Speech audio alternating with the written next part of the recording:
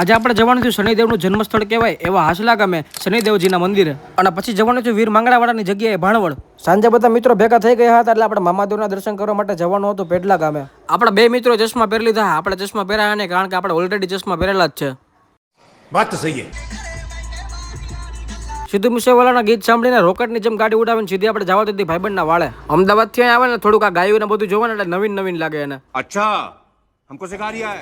હવે આ ખાટલો પણ બે જણાને કહે હવે તમે રહેવા જોઈએ તો સારી વાત છે. રાતે અચાનક પ્લાન થઈ ગયો એટલે આપણે ધોરાજીના ફેમસ ગાંઠિયા ખાવા જવાનું હોય.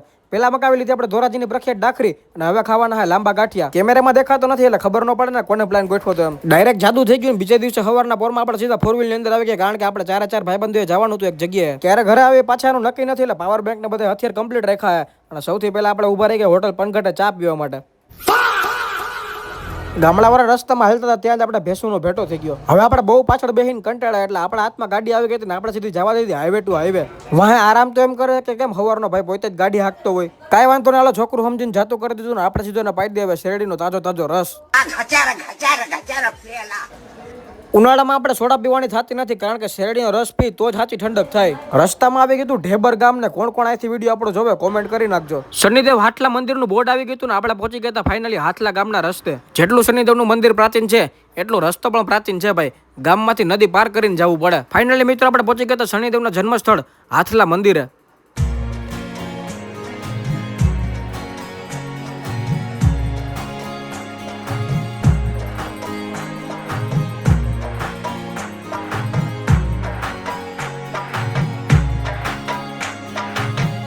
ફાઇનલી મિત્રો આજે હતો શનિવારના આપણે શનિદેવના મસ્ત મજાના દર્શન કર્યા અને ત્યારબાદ લીધી આપણે શનિદેવ હાટલા મંદિરે પ્રસાદી લઈને આપણે રસ્તામાં આવતા ભાણવડ ગામે જવાનું હતું કારણ કે ત્યાં આવેલી છે વીર માંગણાવાળાની જગ્યા. ભાણવડમાં આવેલા વીર માંગણાવાળાની જગ્યાએ કોણ કોણ જઈ આવ્યું છે તે કોમેન્ટમાં જણાવી દેજો. અંદર મંદિરનો વિડીયો ઉતારવાની મને હતી એટલે આપણે વિડીયો ઉતાર્યો નહીં અને આપણી ગાડી ફાઇનલી હવે રવાના થાય છે ઘરની ધોરાજી બાજુ.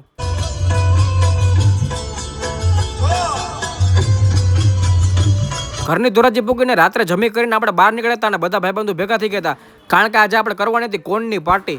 અમે બધા મિત્રો કોન ખાઈ લે ત્યાં સુધી તમે બધા ફોલો કરી નાખો. મળીએ બધાને બીજા વ્લોગમાં. ત્યાં સુધી બધાને જય શ્રી રામ.